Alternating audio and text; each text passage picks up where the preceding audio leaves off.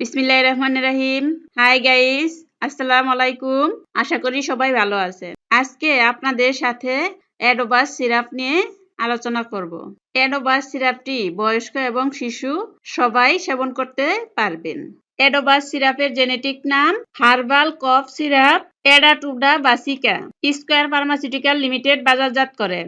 এখন আমরা অ্যাডোবাস সিরাপের মূল্য, খাওয়ার কারণ, খাওয়ার নিয়ম এবং পার্শ্ব প্রতিক্রিয়া নিয়ে বিস্তারিত আলোচনা করব।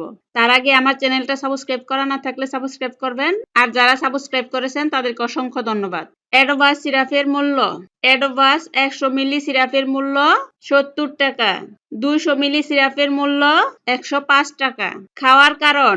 অ্যাডোবাস সিরাপটি সেবন করা হয় যে সমস্যা হলে, তা হলো বুকের ভিতর কফ জমে থাকলে তা অপসারণ করে, শুষ্ক কাশি নিরাময় করে, ফুসফুসের দুর্বলতা ও গলার স্বর ভঙ্গ রোগ উপশম করে। এই সিরাপ বিভিন্ন ভেষজ উদ্ভিদ দিয়ে তৈরি। এই উদ্ভিদগুলো বহুকাল ধরে সর্দি, কাশি ও ঠান্ডার চিকিৎসায় ব্যবহৃত হয়ে আসছে। এই সিরাপ অনেক দিনের পুরাতন কাশি ভালো করে। এটি শিশু ও প্রাপ্তবয়স্ক সবার জন্য উপকারী। অ্যাডোবাস সিরাপ সেবন করলে ঝিমুনি আসে না। অন্য সিরাপের মতো এই সিরাপ মুখের শুষ্কতা ও কোষ্ঠকাঠিন্য দেখা যায় না।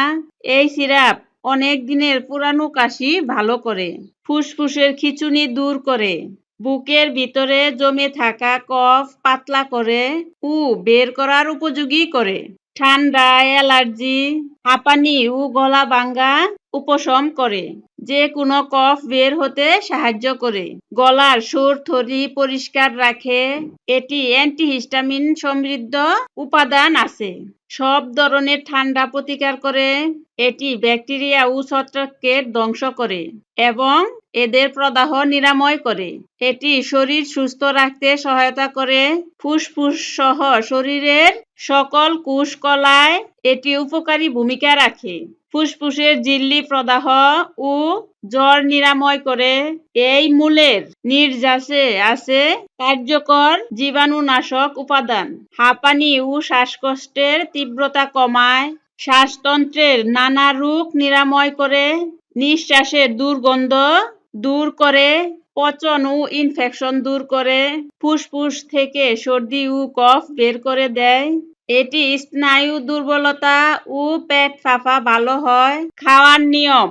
12 বছরের নিচে বয়সের বাচ্চারা 1 বা 2 চা চামচ করে দিনে 2 বা 3 বার সেবন করতে পারবে।